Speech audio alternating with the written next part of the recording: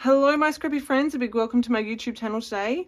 So I know I promised a little while ago that I would share a video outlining my paper choices and why, so that is what I've got for you today.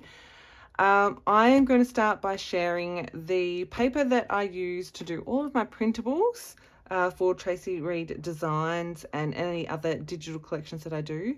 So this is definitely my first pick. It is the High Resolution Paper by Canon. This is a box of 200.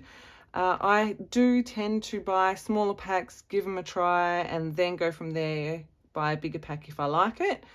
So if you are looking for some, maybe you want to do the same thing. Otherwise, I mean, by all means, go all in. So this is A4 in size. I am in Australia. We do use the metric system. And buying A4 is much easier and cheaper process here than going for 8.5 by 11. So just something to be aware of, especially if you are buying digital collections from the US, which I know all of Tracy's printables are in 8.5 by 11. When I go in to print them, I always shrink them down a little bit, and then I have a strip along the bottom edge that I fill with extra whatever I feel like adding on. So this is A4 200 sheets, 106 grams. This is what I use predominantly.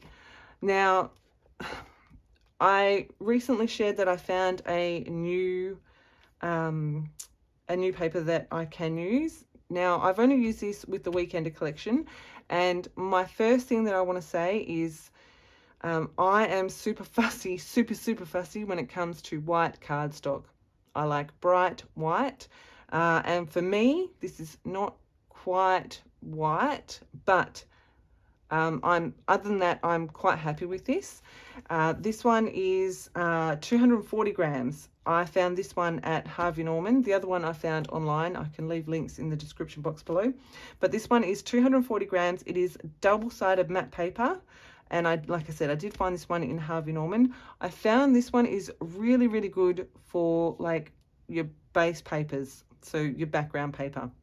I do have here a little container of die cuts that I have pretty much two of the same things that I have printed and cut from, this is from the Weekender collection, using those two Canon papers. So there's this little label. You can see the colors print a little bit differently. This one is the first one, the thinner paper. This one is the thicker cardstock. You can hear that. And then, so that's the difference. The top one is the 240 gram and the bottom is the thinner. Like I mentioned, when I started using this collection, I did have a few hiccups playing with the new paper, but again, you can see like the colors are slightly different. I mean, one's kind of, it's like the color has soaked more in. Yeah, I'm not really sure. It's more saturated, I think, on the thinner cardstock. And again, and you can see that I can see the difference in the white, and it bothers me. Another one. These are the same pieces, but like I said, I had some trouble when I printed onto this for the first time. So yeah, that is the differences. I'll just show you these last couple I've got here. Another tag. It goes this way, obviously. So you can see the difference. And one more. This is the little frame. I love these frames, they're so cool. So again, this one is the thicker cardstock, which is not quite white. You can see it there, all around the edge.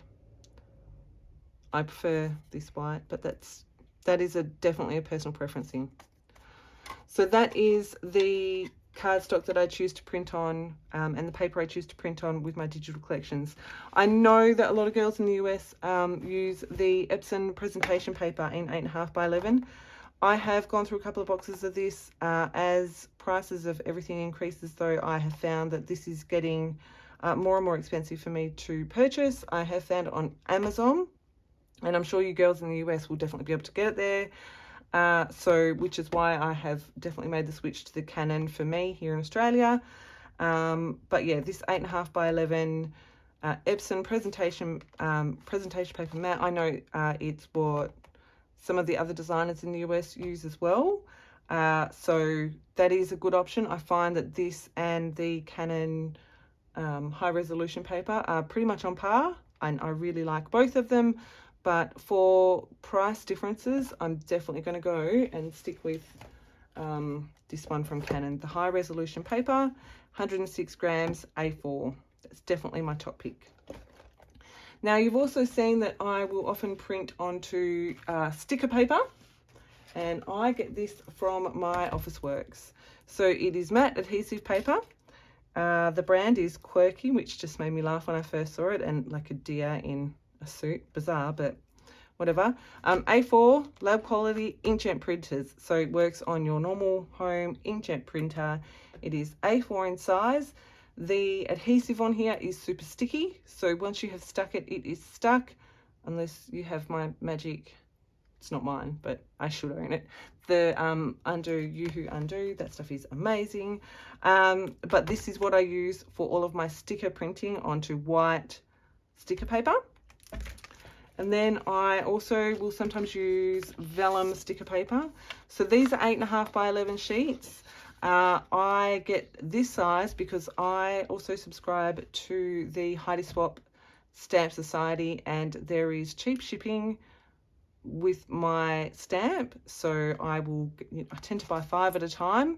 That's how often I use it. I think this is like my 3rd lot. But again, I love this. It is the vellum sticker paper.